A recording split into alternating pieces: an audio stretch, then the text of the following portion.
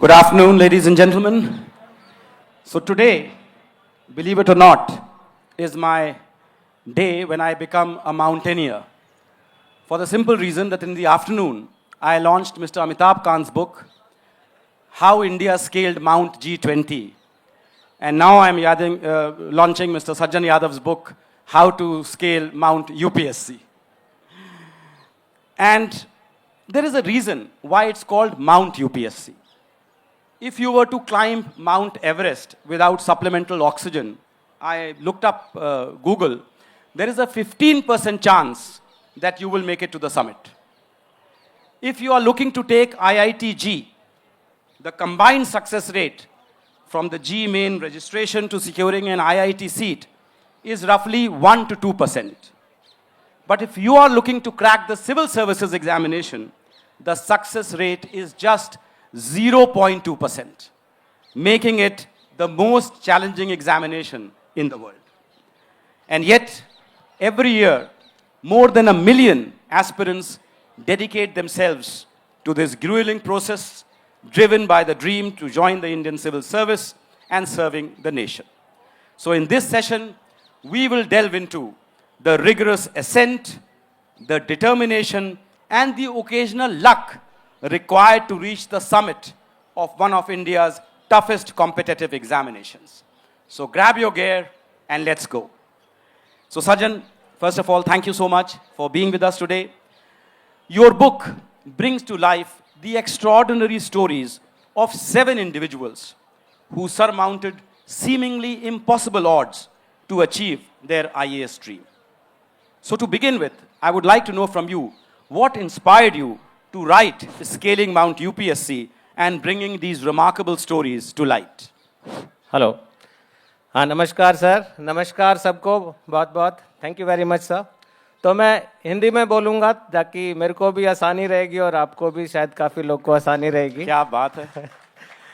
तो सर ऐसा है कि आईएएस, आईपीएस या फॉरेन सर्विस ऑफिसर बनना इस देश में लाखों लोगों का सपना होता है। आपका भी था, मेरा भी था, बाकी लोगों का भी है, यहाँ जो ऑडियंस में बैठे हैं और बाहर हैं उनमें से बहुत लोगों का है।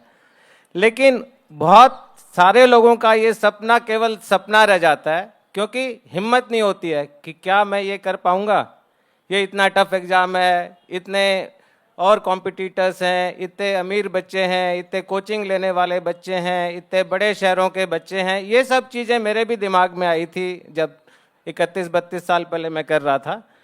और जो ये हिम्मत कर लेते हैं सपना देखने की, उनको ये गाइडेंस नहीं होती है कि मैं कहाँ जाऊँ, क्या पढूं, किससे बात करूं, क्या स्ट्रेटजी अपनाऊं। तो ये मेरी किताब में जो स्टोरीज हैं सर, ये ऐसे बच्चों की हैं जो बहुत चैलेंजिंग बैकग्राउंड से आए हैं, जिन्होंने ये सपना देखा, जिन्होंने इसके जो अप्स एंड डाउन्स देखे, जिन्होंने हिम्मत की, डेडिकेशन की और ये सपने को पूरा किया। और हजारों लोग ये सपना पूरा कर सकते हैं। तो मेरा पर्पस और मेरी इंस्पिरेशन ये है कि जो मेरी तरह हम्बल बैकग्राउंड के, जिनको बिना गाइडेंस के बच्चे हैं, जो आईएएस, आईपीएस बनने का सपना देखते हैं, उनको मोटिवेशन मिल पाए, वो कनेक्ट कर पाएँ कि हमारे जैसे ही लोग आईएएस बनते हैं। आपने 12th फेल देखी, उसमें भी मनोज शर्मा हमारे जैसा ही एक था, या और भी हजारों बच्चे हैं। तो उनको एक मोटिवेशन मिले और उनको गाइडेंस मिले कि क्या स्ट्रेटजी होनी चाहिए, क्या प्लानिंग होनी चाहिए, क्या पढ़ना चाहिए, कैसे पढ़ना चाहिए। तो ये मेरा इंस्पिरेशन था। नहीं, बहुत बहुत खूब। और ये आपने बिल्कुल सही कहा कि जो 7 किरदार आपने दिखाए हैं उसमें, जो 7 एस्पिरेंट्स हैं, उनकी बैकग्राउंड वाकई कितनी डाइवर्स है। From a determined junior clerk in Kerala to a blind girl in Sikkim, from the son of a bee keeper from Anantnag in Kashmir to a humble boy living in the servants quarter of an IAS officers house. I was that IAS officer, sir. मेरे घर में काम करने वाली दीदी या made जो भी आप बोलते हैं, उसका बेटा IAS ऑफिसर है। क्या बात है, आप ही के घर की कहानी है ये। Bharat Singh. My god. So ये बताइए कि ये जो 7 इस तरह के आपने कैरेक्टर्स जो दिखाए हैं, जो ये एस्पिरेंट्स थे, ये आईएएस की इवॉल्विंग प्रोफाइल के बारे में हमें क्या बताते हैं कि किस तरह के लोग अब आईएएस देना चाह रहे हैं? सर, आईएएस या आईपीएस हर एक को अट्रैक्ट करता है इस देश में, लेकिन स्पेशली जो बच्चे बहुत हम्बल और चैलेंजिंग बैकग्राउंड के हैं, मिडिल क्लास के हैं, रूरल एरिया के हैं, जो चाहते हैं कि मेरा अपना प्रोफाइल इमीडिएटली कैसे मैं लीप ले सकता हूँ, मेरी फैमिली को मैं कैसे एक लेवल जंप करा सकता हूँ, मैं कैसे अपने आसपास वालों की, अपने समाज की सेवा कर सकता हूँ। तो ऐसे लोगों में बहुत ज़्यादा अट्रैक्शन है। पहले थोड़ा इलीट क्लास इसमें आती थी, लेकिन अब सर क्योंकि एजुकेशन इतना फैल गया है, अवेयरनेस इतनी हो गई है, तो अभी ये प्रोफाइल चेंज हुआ है। जो कॉमन बच्चे हैं, जो बिल्कुल ऐसे हम्बल बैकग्राउंड के बच्चे हैं, वो ज़्यादा से ज़्यादा इसमें आ रहे हैं। और जो हमारी पॉलिसी चेंज हुई है सर, अब जैसे कि आपको अब जनरल बच्चे को भी 6 अटेम्प्ट मिलते हैं, 32 साल तक की उसका एज तक वो दे सकता है, ओबीसी का बच्चा उसको 35 साल तक दे सकता है, रिजर्व कैटेगरी SC ST का बच्चा और ज़्यादा 37 साल तक दे सकता है। तो इन सब से जो पीछे छूट जाते हैं दौड़ में, कई बार होती हैं, स्पेशली जो चैलेंजिंग बैकग्राउंड के बच्चे हैं या लड़कियां हैं, उनको शादी हो जाती है, कुछ और फैमिली जिम्मेदारियां होती हैं, लेकिन अब वैसे भी बच्चे, जैसे आप इसमें पढ़ेंगे, मिन्नू की शादी हो गई जब वो क्लास 12वीं के बाद, और उसको एक क्लर्क की नौकरी मिली, 6-7 साल क्लर्क की नौकरी की, उसके बाद उसमें वो सपना जागा और उसने ये सपना पूरा किया। तो ये प्रोफाइल में अब बदलाव हो रहा है सर। तो एक तरह से कहा जाए तो ये लोग एस्पिरेशनल इंडिया को रिप्रेजेंट करते हैं। बिल्कुल सही सर, आपने बहुत समझ कि एक एस्पिरेशन है कि हमें जो हम हैं उससे हमें ऊपर उठना है, देश की सेवा करनी है। Yes. और किस तरह अब हमें भी उतनी ही अपॉर्चुनिटी अवेलेबल है हमारे पास, जो एक अमीर तबके के लोगों के पास अवेलेबल है, कि हम भी इसको क्रैक कर सकते हैं। करेक्ट। अच्छा, इस किताब में एक और बहुत इंपॉर्टेंट चीज़ आपने दर्शाई है, resilience in the face of failure. क्योंकि ये ऐसे एक आध को छोड़ के कोई फर्स्ट अटेम्प्ट वाले भी नहीं हैं, कई निरंतर उन्हें सतत प्रयत्न करना पड़ा तब जाकर वो क्रैक कर पाए। तो इससे हम क्या लेसन्स ले सकते हैं, इससे हम क्या सीख सकते हैं कि ये जो 7 कहानियां आपने दर्शाई हैं, इससे फेलियर से मुकाबला कैसे किया जाए, इसके बारे में आप क्या कहेंगे? बिल्कुल सर, जैसे हर बहुत ही कम एक्सेप्शंस हैं जो पहले अटेम्प्ट में हो जाते हैं, लेकिन मेरा भी सेकंड अटेम्प्ट में हुआ था। ऑलमोस्ट 98-99% सक्सेसफुल कैंडिडेट को फेलियर का सामना करना पड़ता है। और लेकिन जो फर्स्ट अटेम्प्ट में भी हो गए सर, वो भी फेलियर का बहुत बार सामना करते हैं। जैसे सत्यम गांधी मेरी बुक में हीरो है, जिसका फर्स्ट अटेम्प्ट में हो गया, लेकिन एक स्टेज आई जब उसको लगा मॉक टेस्ट में तो मैं फेल हो रहा हूँ, मॉक टेस्ट में नंबर नहीं आ रहे हैं, इतना बड़ा सिलेबस बचा हुआ है, मैं क्या करूँगा। तो वो फेलियर का था। मीनू PM जो लड़की हैं, क्लर्क जो थी, वो 4 बार फेल हुई अलग अलग स्टेजेस ऑफ एग्जाम में। तो हर कोई, श्रुति शर्मा जो टॉपर थी 22 बैच की, वो 1 बार फेल हुई। तो हर कोई फेल होता है, लेकिन फेल होके गिव अप नहीं करना है। अगर फेल होके गिव अप कर दिया तो आप उस दौड़ से बाहर हो गए। आपकी जो आयरन विल है, जो आपकी मेंटल स्ट्रेंथ है, जो आपका परसिवरेंस है, जो आपको डेली अपने आप को वापस जगाना है, और इस तरह के माहौल में सर इस तरह की किताबें बहुत काम आती हैं कि हमारे जैसे ही बच्चों ने पास किया है। मीनू PM है, वो जब उसको डिप्रेशन होता था कि मैं नहीं कर पाऊंगी, तो वो एक फिल्म देखती थी, केरल की मलयालम फिल्म है, जिसमें एक कलेक्टर हीरो था जो बहुत अच्छा काम करता है, तो उसको देख के वो वापस जाग जाती थी। तो इस तरह से हमको अपनी स्ट्रेंथ वापस लानी है, फेलियर से डरना नहीं है सर। अच्छा, ये जो 7 आपने दिखाए हैं एस्पिरेंट जिन्होंने क्रैक किया एग्जामिनेशन, उन सब के पढ़ने के तरीके तो अलग अलग थे, क्योंकि सबके विषय भी अलग अलग थे। तो कुछ कॉमन कैरेक्टरिस्टिक्स आपको मिली? क्या गुर मंत्र हैं जो आप कह सकते हैं कि कॉमन थे इन 7 में, जिसकी वजह से वो IAS के एग्जाम को क्रैक कर पाए? बिल्कुल सर, पहला तो ये है कि आपके अंदर वो सपना होना चाहिए जो सबके अंदर सपना था। दूसरा, वो कॉन्फिडेंस होना चाहिए कि आप कर पाएंगे, वो बार बार अपने अंदर लाना पड़ता है कॉन्फिडेंस। तीसरा सर, बहुत बोला गया है कि क्योंकि सिलेबस इतना ज़्यादा है, क्योंकि आजकल इंफॉर्मेशन की भरमार है, तो बहुत टारगेटेड पढ़ाई करनी चाहिए। कुछ भी है वो नहीं पढ़ लेना चाहिए। अखबार भी पढ़ेंगे तो टारगेटेड, अगर आप 1 अखबार या 2 अखबार डेली पढ़ते हैं तो कौन सा चीज़ आ सकती है। उसके बाद मॉक टेस्ट बहुत इंपॉर्टेंट है, लगातार अपने आप को टेस्ट करिए, कहाँ मैं कमज़ोर हो रहा हूँ, उस सब्जेक्ट को वापस पढ़िए, क्योंकि सिलेबस बहुत बड़ा है। तो मॉक टेस्ट की बहुत इंपॉर्टेंट भूमिका है, खासकर प्रीलिम्स में। मेंस में सर आंसर राइटिंग प्रैक्टिस बहुत इंपॉर्टेंट है, जो सब ने की। आंसर राइटिंग, और उसमें मॉडल आंसर्स आजकल मिलते हैं मार्केट में बहुत अच्छे अच्छे, या वेबसाइट्स पे भी, तो उनसे सीखना है कि कैसे आंसर को स्ट्रक्चर करना है, कैसे आंसर में और अच्छी चीज़ें लिखनी है, कौन सा डायग्राम देना है, कौन सी कोट लिखनी है। तो इस तरह की चीज़ें जिन्होंने की और जो बीच में घबराए नहीं, जो बीच में फेल होके चले नहीं गए, जो लगातार लगे रहे, वही लोग अल्टीमेटली सक्सेस होते हैं। जो सहसवार गिरते हैं मैदान जंग में, लेकिन वो आगे बढ़ते हैं, वापस घोड़े पे चढ़ते हैं और उस रेस को पूरी करते हैं। बट इसमें एक और सवाल आता है, क्योंकि जब आप उस इकोसिस्टम में पहुंच जाते हैं कि और भी लोग ये आईएएस की तैयारी कर रहे हैं, सिविल सर्विसेज दे रहे हैं, तो एडवाइस करने वाले बहुतेरे मिल जाते हैं। कोई कहता है ये स्ट्रैटेजी फॉलो कर दो, कोई कहता है वो स्ट्रैटेजी फॉलो करो। तो उसमें क्या एटीट्यूड होना चाहिए एस्पिरेंट का कि भाई ये मुझे सबको नहीं सुनना है, मुझे सिर्फ ये करना है? उसमें आप क्या अपनी अपनी साइड से आप क्या सलाह देंगे? उसमें सर मेरी बुक में भी है, इसमें हिंदी में भी एक किताब अवेलेबल है, लक्ष्य यूपीएससी के नाम से। तो इसमें है कि जैसे आप रीडिंग मटेरियल बहुत टारगेटेड लेते हैं, रीडिंग मटेरियल की भरमार है, लेकिन आप सही रीडिंग मटेरियल सेलेक्ट करना बहुत इंपॉर्टेंट है। इसी तरह सही मेंटोर या सही गाइडेंस इतनी इंपॉर्टेंट है, क्योंकि जहाँ पे ये हब होता है कोचिंग का, जैसे दिल्ली में करोल बाग, न्यू राजेंद्र नगर मुखर्जी नगर है, वहाँ आपको हर कोई आदमी एडवाइस देने वाला मिल जाएगा।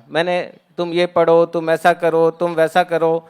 ऐसे ही जो आपके बाकी लोग हैं जो आसपास रहते हैं, दोस्त हैं, वो भी आपको मिलेंगे। तो मेरा ये एडवाइस है कि 1 या 2 आप मेंटर रखिए गाइडेंस के लिए। कुछ लोगों ने सोचा कि जैसे वसीम अहमद भट्ट जो कश्मीरी लड़का था, न्यू राजेंद्र नगर में रहता था, उसने बोला कि मैंने किसी की एडवाइस नहीं सुनी, मैंने टोटली कोचिंग सेंटर के मेंटर के ऊपर छोड़ दिया। तो वो एक स्ट्रेटजी है। या आप कोई और मेंटर है उस पर छोड़ दें, या आप एक कोई अपना हीरो बना लें, चाहे उससे मिल नहीं पा रहे हो लेकिन उसने कैसे तैयारी की थी उस पर केंद्रित करें। तो जितना फोकस्ड अप्रोच होगा सर, उतना ही अच्छा होगा। जैसे कील बहुत नुकीली होती है तभी वो अंदर जाती है, तो ऐसे ही बहुत फोकस शार्प आपकी विजन होना चाहिए कि मेरे को क्या पढ़ना है और किससे सीखना है। तो इसमें कोचिंग सेंटर्स की क्या भूमिका है? अब ये कोटा है राजस्थान में ही, वो तो बहुत बड़ा सेंटर माना जाता है कोचिंग के लिए। तो कोचिंग सेंटर्स की क्या भूमिका है? क्या आवश्यक है कि एस्पिरेंट कोचिंग सेंटर जाए, बिना कोचिंग सेंटर के भी कर सकता है? आपका क्या दृष्टिकोण है? सर मेरा इसमें, मैंने लिखा भी है बुक में कि कोचिंग सेंटर ज्वाइन करना जरूरी नहीं है। ये जो अफोर्ड कर सकता है वो जाए, लेकिन जो नहीं कर सकता है वो बिल्कुल नहीं जाए। और दूसरी बात, इसमें बहुत सारे मेरे जो हीरोज़ हैं इस बुक में, वो कोचिंग सेंटर, उसमें से कुछ लोग गए, लेकिन कोचिंग सेंटर में भी काफ़ी समय बर्बाद होता है। वो एक ही लेक्चर घंटे का होगा, उसमें 1500 लोग बैठे होंगे, जिसमें आपको कुछ सुनाई नहीं देगा। तो बहुत लोग अलग अलग स्ट्रेटजी करते हैं। एक तो है कि कोचिंग ज्वाइन ही नहीं करनी है। ऐसे मेरे इसमें अंजलि शर्मा है, सिक्किम की लड़की, जिसकी आंखें चली गई थी जब वो 10वीं कक्षा में थी, लेकिन उसने केवल यूट्यूब से सुन के और अपनी मेहनत से किया। श्रुति शर्मा ने भी कोई कोचिंग नहीं ली। तो इस तरह से जो टॉप भी किया उसने। तो ऐसा बिल्कुल नहीं है कि आपको कोचिंग लेनी है, बस आपका फोकस क्लियर होना चाहिए। गाइडेंस के लिए आपके पास मेंटर ऑनलाइन भी मिल जाते हैं, नहीं तो आप किसी को जानते हैं वो भी बता सकता है, नहीं तो आप स्केलिंग माउंट यूपीएससी भी पढ़ सकते हैं। और आप अगर अफोर्ड कर सकते हैं तब भी सारी क्लास अटेंड नहीं करें, क्योंकि समय बहुत बर्बाद होता है। अल्टीमेटली आपका समय की वैल्यू है। अगर आपने कोचिंग सेंटर ज्वाइन किया, वहाँ वो आधा टाइम जोक सुनाने में और दूसरी चीज़ों में टाइम पास करने में भी लगा देते हैं। तो अगर अच्छा कोचिंग सेंटर है, जो विषय आपको समझ नहीं आ रहा है, कुछ लोग को इकोनॉमिक्स में इशू होता है, कुछ लोग को कोई और पर्टिकुलर सब्जेक्ट में इशू है, तो वो वाला सब्जेक्ट की क्लास अटेंड करें। और कोचिंग का कोई ज़रूरी नहीं है कि हम कोचिंग जाएं। बिना कोचिंग के, मैंने खुद कोई कोचिंग नहीं ली थी सर, मैं हिसार में एक कॉलेज में पढ़ता था और वहीं से मैंने तैयारी की बिना किसी कोचिंग के। अच्छा, मैंने ये इम्तिहान दिया था 1986 में, आपने शायद 1993 में दिया है, 93-94 में आपने दिया है। अब हम 2024 में हैं और एग्ज़ाम की पद्धति में काफ़ी परिवर्तन आ गया है। जैसे कि अब एक एथिक्स पेपर इंट्रोड्यूस हो गया है, एक सीसैट पेपर इंट्रोड्यूस हो गया है। हमारे समय में 2 सब्जेक्ट्स होते थे, अब सिर्फ 1 सब्जेक्ट है। तो ये जो चेंजेस लाए गए हैं, इससे जो प्रिपरेशन है एस्पिरेंट्स की, उसमें क्या परिवर्तन अब होना चाहिए? जैसा आपने कहा सर, बहुत बड़ा परिवर्तन हुआ है। जब मैं देता था, आप देते थे, तब हो सकता है पैटर्न और भी अलग हो। तो उस समय तो 2 विशालकाय ऑप्शनल होते थे कि आपको 2 ऑप्शनल सेलेक्ट करने हैं, जिनमें से आपको 2 सेलेक्ट करने हैं, जिनके की बड़े बड़े सिलेबस होते थे, और जनरल स्टडीज़ के 2 पेपर ही होते थे। और जो चेंज हुआ है वो ये है कि अब जनरल स्टडीज़ के 4 पेपर होते हैं, ऑप्शनल एक हो गया है, तो एक ऑप्शनल के दो पेपर होते हैं, पेपर 1 पेपर 2। सो एक तो आपको, क्योंकि जनरल स्टडीज के 4 पेपर हो गए हैं जिसमें से एक इथिक्स का पेपर है सर, तो जनरल स्टडीज में आपका फोकस बहुत बढ़ गया है, आपको जनरल स्टडीज में बहुत ज़्यादा पढ़ना है कंपैरेटिवली। दूसरा, करंट अफेयर्स पे बहुत फोकस बढ़ गया है। इवन आपके जनरल स्टडीज में बाकी जो क्वेश्चंस हैं, चाहे हिस्ट्री का क्वेश्चन है या कॉन्स्टिट्यूशन का क्वेश्चन है, वो भी करंट अफेयर से प्रेरित होने लग गए हैं कि आजकल लेटेस्ट न्यूज़ में क्या है, उसी के से काफ़ी क्वेश्चन पैदा होते हैं। तीसरा है इथिक्स, बिल्कुल हमारे समय में नहीं था। इथिक्स थोड़ा गाइडेंस की भी ज़रूरत है, वो बहुत ही अच्छा सब्जेक्ट है लेकिन उसको अलग तरीके से पढ़ना होता है, उसको रियल लाइफ एग्जांपल्स में इथिक्स ढूंढनी होती है, न्यूज़ में जो आ रहा है उसमें इथिक्स ढूंढनी होती है, जो रामायण महाभारत या हमारी पुरानी चीज़ें हैं गीता कुरान, उनमें इथिक्स ढूंढनी होती है। तो ये इस तरह का है कि हम कैसे अपनी वैल्यूज़ को एडमिनिस्ट्रेशन में डाल सकते हैं, इसके लिए है सर। और एक और बात है कि ऐसे अब 2 हो गए हैं, आपके समय में ऐसे नहीं होता था, हमारे समय में ऐसे शुरू हुआ था तो एक ऐसे लिखना होता था, अब आपको 2 ऐसे लिखने होते हैं और दोनों के टॉपिक्स भी बड़े वेग से आने लग गए हैं, तो वो एक और चैलेंज है राइटिंग स्किल डेवलप करना। एक और चेंज हुआ है सर जो आपके समय नहीं था, सी सेट हो गया है, CSAT, जो मेरे समय में भी नहीं था, जिसको बोलते हैं civil services aptitude test. Civil services aptitude test जो है वो क्वालिफाइंग है प्रीलिम्स के समय में, उसके नंबर नहीं जुड़ते हैं मेरिट में, लेकिन एप्टीट्यूड टेस्ट आपको 33% मार्क्स लेने ही है। अगर आपने नहीं लिए तो आपका दूसरा पेपर के कितने भी नंबर आ जाएं, कितना भी आप टॉप कर जाओ, आपका आगे आप नहीं बढ़ पाते प्रीलिम्स की स्टेज से। और बहुत से लोग या तो ओवर कॉन्फिडेंस में या इग्नोरेंस में सी सेट पे ध्यान नहीं देते हैं। तो ऐसा हुआ है कि मेरे इन स्टोरीज में से मिन्नू पीएम है जो 2 बार केवल सी सेट में फेल होगी प्रीलिम्स में, जबकि जनरल स्टडीज में उसके अच्छे नंबर थे। तो ये बहुत इंपॉर्टेंट है। और इसके अलावा 2 लैंग्वेज पेपर मेंस में होते हैं जो कि क्वालिफाइंग होते हैं, जो हमारे समय में भी थे, अभी भी हैं। एक इंग्लिश और एक कोई भी रीजनल लैंग्वेज, आप हिंदी ले सकते हैं, तमिल, तेलुगु, मलयालम, जो भी 6 शेड्यूल ऑफ कॉन्स्टिट्यूशन में है। तो ये बहुत बड़ा एग्जामिनेशन पैटर्न में चेंज हुआ है कि एथिक्स पेपर आ गया है, 2 ऐसे आ गए हैं, सी सेट इंट्रोड्यूस हो गया है। तो इस पे बहुत ध्यान देने की एस्पिरेंट्स को ज़रूरत होती है। अंतिम प्रश्न, यहाँ पे कई लोग होंगे जो खुद सिविल सर्विस एस्पिरेंट्स होंगे, फाइनल पीस ऑफ एडवाइस आप उनको क्या देना चाहेंगे? सर फाइनल पीस तो ये है कि सबसे पहले तो बड़े सपने जरूर देखो, चाहे वो आईएएस आईपीएस ऑफिसर बनना है या किसी और फील्ड में एक्सेल करना है, पर सबसे पहले तो एक सपना होना चाहिए। दूसरा है कि उस सपने को जीना चाहिए। जब तक आप उस सपने में पूरी तरह नहीं घुस गए, जब तक आपको रात दिन उसी के सपने नहीं आते हैं, चाहे वो अच्छे सपने आए चाहे खराब सपने आए सोते समय, वो जरूर होना चाहिए। तीसरा है कि आप फोकस्ड होने चाहिए, ये नहीं कि मैं एक बार जॉब भी कर लूँगा, मैं ये भी कर लूँगा, सिविल सर्विस भी दे दूँगा चलते चलते, तो ये चलते चलते होने वाला काम नहीं है। इसके लिए तो आपको इसमें डूबना पड़ता है, आप इसमें डूब जाइए, दिन रात वही सोचिए, चाहे जितने समय आप इसमें दे पाते हैं। तो ये बहुत इंपॉर्टेंट है। चौथा सर है कि आप में वो हिम्मत और कॉन्फिडेंस होना चाहिए। और ऐसे बहुत स्टेज आएंगी जब आपका कॉन्फिडेंस आपको धोखा देगा, जब आपका कॉन्फिडेंस डाउन होगा, जब आप डिप्रेशन में जाएंगे, जब आप रोने लगेंगे, जब आपको लगेगा मैं कुछ नहीं कर पाऊंगा, ये नहीं हो पाएगा। लेकिन उन्हीं बच्चों का फिर सिलेक्शन होता है क्योंकि वो उसको ओवरकम कर पाते हैं। तो ये बहुत ज़रूरी है कि अपना सपना भी हो, उसकी हिम्मत भी हो, कॉन्फिडेंस हो, अपने आप पे भरोसा हो। और एक और चीज़ है कि सर ये तैयारी जो है फैमिली का तैयारी है, ये एग्ज़ाम पास करना क्योंकि आपने कहा इतना डिफ़िकल्ट है, ये केवल बच्चे का नहीं है, ये पूरी फैमिली का स्ट्रगल है, युद्ध है या कंपटीशन है। क्योंकि पेरेंट्स को की बहुत ज़रूरत होती है उसको खराब समय में सपोर्ट करने के लिए, तो ये पूरी फैमिली को साथ इसमें लगा रहना पड़ता है।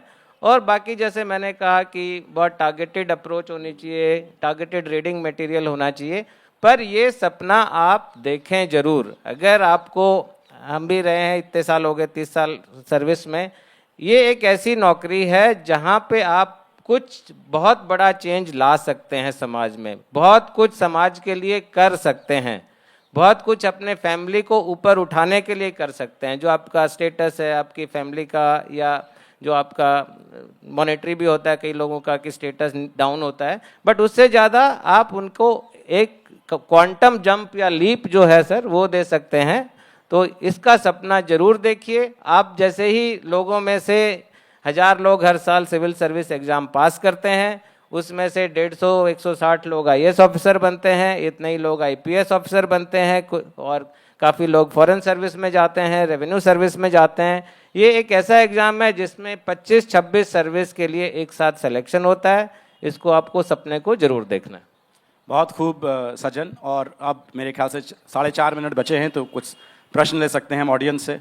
हाँ, ये पीली शर्ट, पीली कुर्ते वाले। गुड इवनिंग सर, मैं अभी MNIT से मैकेनिकल इंजीनियरिंग कर रहा हूँ फर्स्ट ईयर में। एंड सर यूपीएससी करना तो बचपन से ही सपना था। बस मेरे 3 क्वेश्चंस हैं। एक सवाल पूछिए। 25 मिनट का टाइमर है। नहीं, बोल कह रहे हैं 25 ही मिनट है, इतना ही टाइम। नहीं सर, 25 मिनट हमारे लिए थे, 5 मिनट। अच्छा, हैं तो ठीक है। यस यस प्लीज सर, जैसे मैं अगर यूपीएससी दूंगा तो 2028 में दूंगा, तो अभी ये स्टार्ट करने के लिए सही टाइम है या नहीं? दूसरा क्वेश्चन ये था कि अभी जॉब के लिए प्रिपेयर करना चाहिए बीइंग इन कॉलेज या फिर फुल टाइम यूपीएससी को?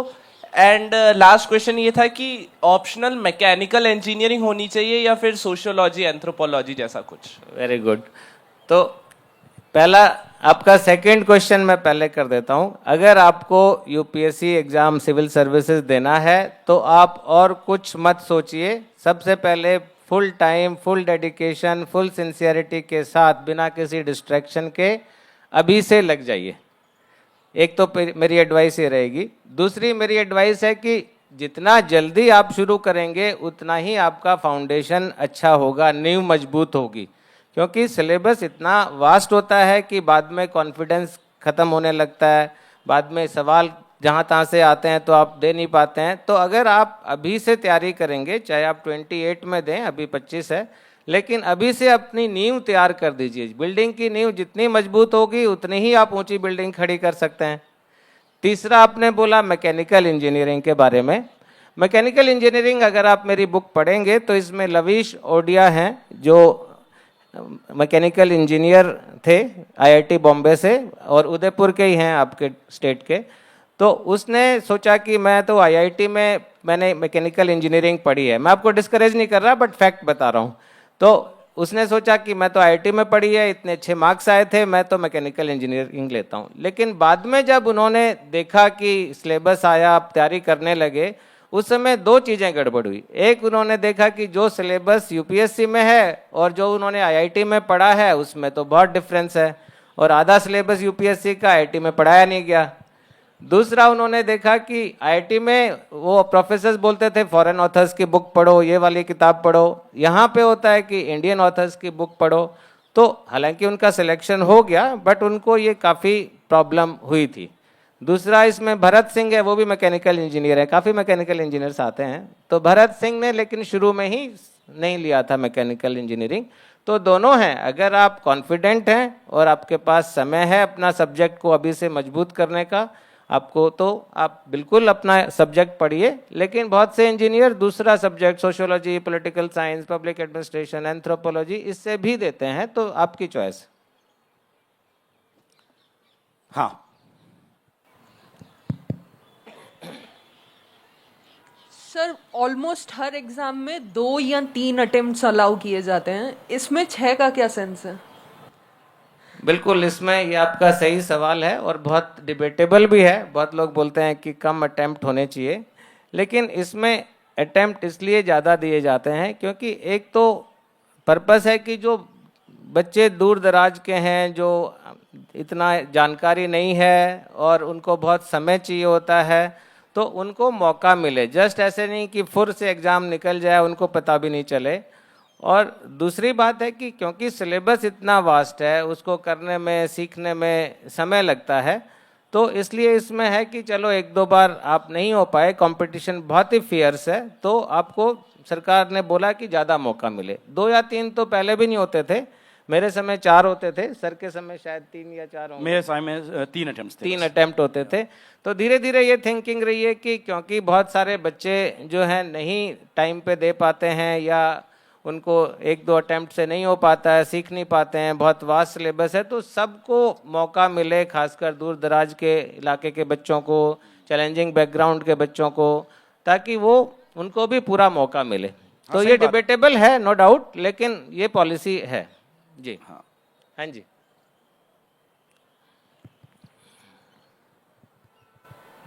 Good evening sir. आपने अपने बुक में 7 ऐसे लोगों के बारे में लिखा होगा जिन्होंने बहुत संघर्ष के बाद एग्ज़ाम पास करा होगा, लेकिन ये एग्ज़ाम में 10 लाख लोग रजिस्टर करते हैं, उनमें से सिर्फ टॉप 200 को ढंग की मतलब प्रेफर्ड सर्विसेज मिलती है। तो आपके पास जिन लोगों का एग्ज़ाम क्लियर नहीं होता, जितने बचे हुए हैं, उनके लिए क्या कहने के लिए है? देखिए, पहली बात तो ये मत सोचिए कि एग्ज़ाम क्लियर नहीं होगा, पहले तो कॉन्फिडेंस लाइए कि एग्ज़ाम क्लियर होगा। दूसरी बात ये कि ये केवल एक एग्ज़ाम नहीं है, ये आपको बहुत सारी चीज़ें सिखाता है ये एग्ज़ाम। एक तो आपकी नॉलेज इतनी बढ़ जाती है, आपको हिस्ट्री का भी पता है, ज्योग्राफी का भी पता है, आपको कॉन्स्टिट्यूशन भी पता है, साइंस टेक्नोलॉजी भी पता है, तो आपका एज ए पर्सन बहुत डेवलपमेंट होता है। दूसरा, आप बहुत सारे लेसन लर्न करते हैं कि फेलियर से कैसे डील करना है, ख़राब सिचुएशन में कैसे काम करना है, समय के हिसाब से टारगेटेड अप्रोच में कैसे काम करना है। तो पहली बात तो आप ये नहीं सोचें कि आपका नहीं होगा। दूसरी बात है कि केवल आईएएस ऑफिसर नहीं है, बाकी भी सर्विसेज बहुत अच्छी हैं, चाहे वो आईपीएस है, आईएफएस है, चाहे रेवेन्यू सर्विस है, और भी बहुत सारी सर्विस हैं, तो वो सब सर्विस बहुत अच्छी हैं। और तीसरी बात इसमें ये है कि आपका और एक स्कोप और आपके चांसेस ऑफ सक्सेस दूसरी सर्विस में बढ़ जाते हैं, कि अगर आप बाई चांस नहीं हुए तो बाकी दूसरे एग्जाम में आपका परसेंटेज ऑफ सक्सेस या प्रोबेबिलिटी ऑफ सक्सेस बढ़ जाता है। पर आप ये सोचे नहीं कि आप फेल होंगे, आप जरूर पास होंगे। सज्जन, वहाँ से सिग्नल आ गया है कि समय समाप्त है, तो बस मैं ये कहूँगा कि ये हैं सज्जन यादव जी की पुस्तक, ये अंग्रेज़ी में है और ये हिंदी में है। पुस्तकें बुक स्टोर पे अवेलेबल हैं। सज्जन जी तैयार हैं उन पे हस्ताक्षर करने के लिए, तो जाइए अपनी अपनी प्रतियां उठाइए और उनसे हस्ताक्षर लीजिए, और उनके और भी कोई सलाह लेनी है तो उस समय ले लीजिए। सज्जन, थैंक यू वेरी मच।